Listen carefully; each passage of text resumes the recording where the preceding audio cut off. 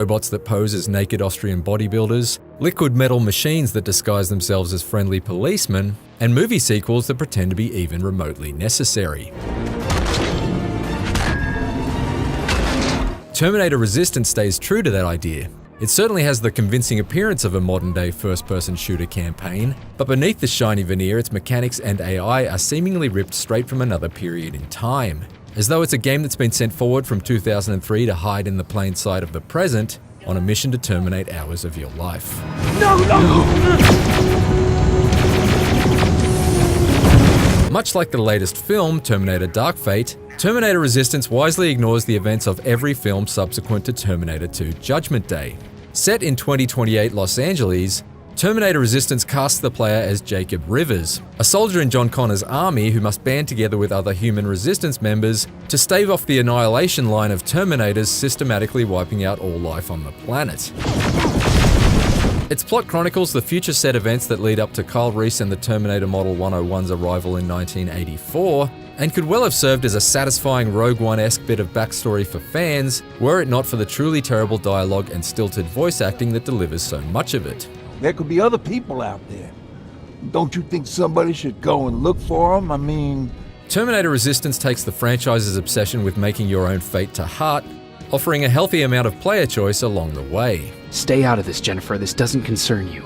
But the sum total of these choices is fairly inconsequential, determining which ending you'll arrive at upon the story's completion, an ending that's presented as an unsatisfying sequence of static storyboard images, as well as deciding which female NPC you'll have hilariously awkward first-person sex with.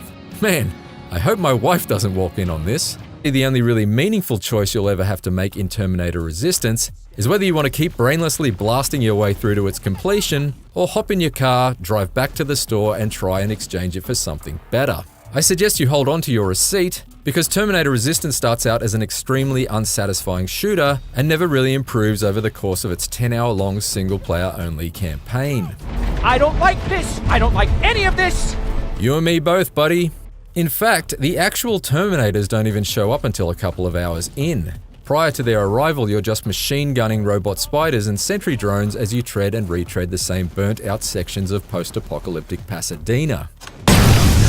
Then when the skeletal cyborgs do arrive, they're shockingly inept and underpowered. All clear! These aren't merciless murderers that will shrug off your attacks and relentlessly pursue you like Resident Evil 2's Mr. X. They're just Tin Man Terminators who haplessly march into the path of your plasma rifle's rounds and meekly shudder into a scattered pile of spare parts. I've made phone calls on smarter androids than these. Besides, the odds are always too heavily stacked in the player's favor. Where there's Terminators, there's almost always an explosive plasma barrel. Additionally, an enemy highlighting thermal vision mode can be toggled on and off at all times, allowing you to see through walls and eliminate any possibility of an enemy ambush.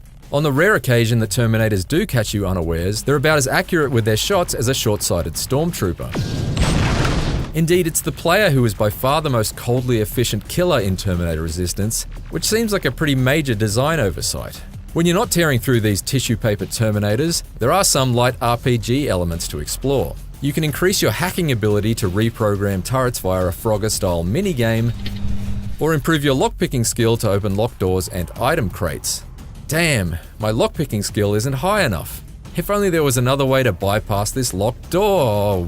What? Really, guys? The most disappointing thing about Terminator Resistance isn't just that it's bad, it's that it's bad, and yet it's probably still the best Terminator game I've ever played. If you're in the mood to mindlessly mow down waves of authentically modeled T-800s to the rhythm of Brad Fiedel's iconic theme music, then Terminator Resistance may well be adequate enough. But while for more IGN reviews, check out our verdicts on Need for Speed Heat and Death Stranding. Jacob! Rivers! Are you okay?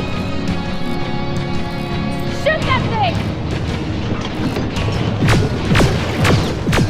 Jacob, get up!